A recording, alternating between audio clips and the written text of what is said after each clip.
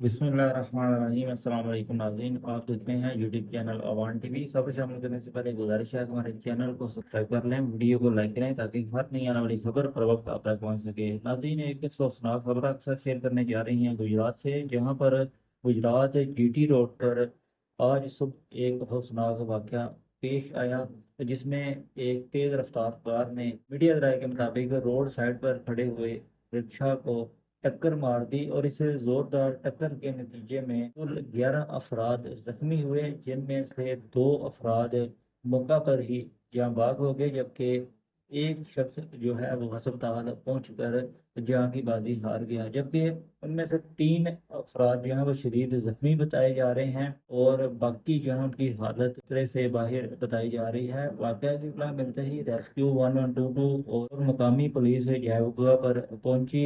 उन्होंने अपनी कार्रवाई मुकम्मल की। उसके बाद जो डेड बॉडीज हैं उन्हें अजीज भट्टी शहीद अस्पताल बताया जा रहा है कि मुंतकिल किया जा रहा है, जबकि जो जख्मी हैं उन्हें भी इलाज मुआवजा के लिए अस्पताल मुंतकिल कर दिया गया है। यहाँ भाग होने वालों में रिक्शा ड्राइवर और 2 मजदूर शामिल हैं। बताया जा रहा है कि रिक्शा रोड साइड पर खड़ा था सवारियां बिठाने के लिए, जब उसे पीछे से आती हुई एक तेज रफ्तार कार ने टक्कर मार दी, जिसके नतीजे में ये अफसोसनाक वाकया पेश आया। पुलिस ने हादसे का मुकदमा कार ड्राइवर के खिलाफ दर्ज करके मजीद कार्रवाई शुरू कर दी है। जैसे ही इस वाकया के बारे में कोई मजीद अपडेट मिलती है, जल्द आपके साथ शेयर करेंगे। अगली वीडियो तक के लिए दीजिए इजाज़त। अल्लाह हाफिज़।